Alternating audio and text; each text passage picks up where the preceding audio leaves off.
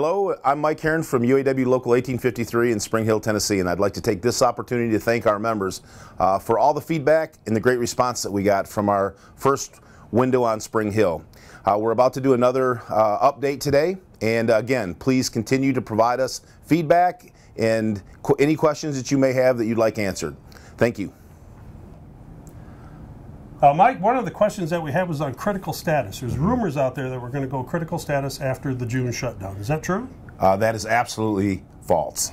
I've gotten a lot of phone calls and from our suppliers, from various contractors, from our team members.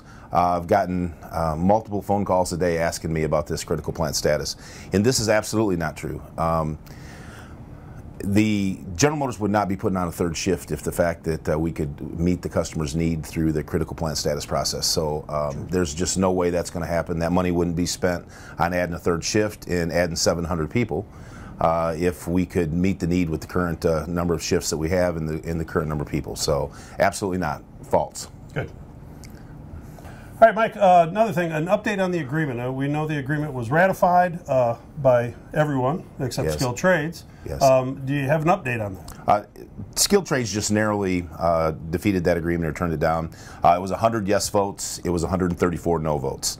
So consequently, what our Constitution requires us to do is under Article 19, Section 3, we must hold a specific meeting with our Skilled Trades folks to find out exactly what part of the agreement that they didn't like. And that was done immediately.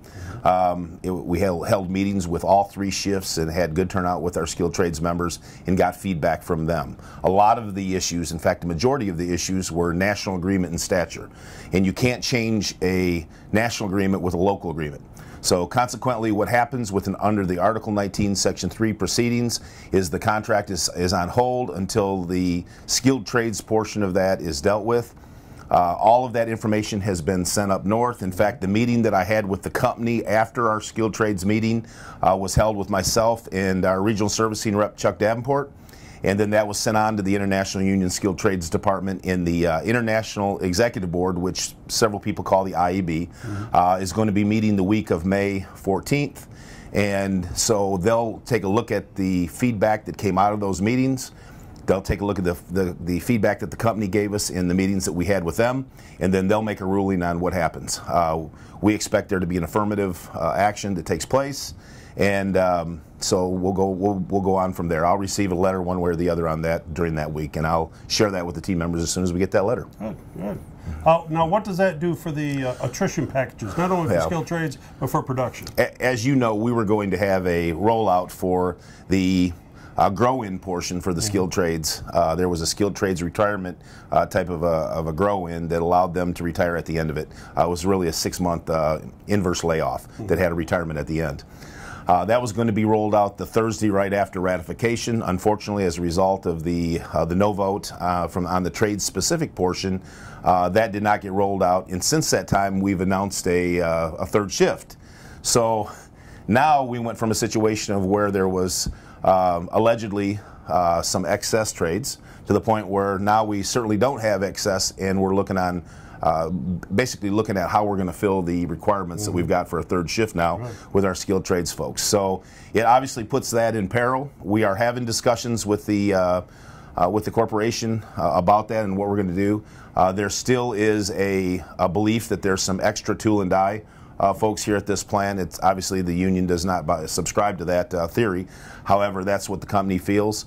So we're having in-depth dialogue and discussion with our bargaining team on that issue. Good. Okay. So it's the same for production. You're still talking about it? Production. The letter's been sent asking for an attrition program for our production team members, consistent with what some of the other plans have been in certain plants where they've had excess. Interestingly enough, at the time that we were negotiating, we had 324 in-progression team members that were on layoff and another 300 temporary team members that were also laid off. And we were looking for an opportunity to try to get those folks back to work. And and given the fact that we've also got some more senior members that were contemplating retirement. So we thought that would be a win-win solution. Well, obviously now that we have the third shift going into place, changes things significantly when you're hiring 700 people, because that then affords us the opportunity to bring back the folks that we've got laid off. Right. So circumstances change significantly with the addition of these jobs. Sure does. And so while the letter is up north and we're awaiting response from the national parties, I think there's going to be much less of a desire to do something like that, given the fact that we don't have 324 permanent people that are out on the street. Right. Well, Mike, is there anything else you want to say before we end this segment of Window on Spring Hill? No, I think this pretty well concludes this particular segment. I would like to say to all of our team members, I hope you have a great weekend. Please be safe, enjoy the time with your family, and we look forward to seeing you here next week. Also, please keep those questions coming and give us feedback on whether you think this is the format that you want to receive information in. If it's beneficial to you, if it helps you by being able to go ahead and just look at it on your phone and get updates, then let us know that, because this is something we'll be committed to if you find value in it. Thank you very much, and again, have a great weekend. Thank you.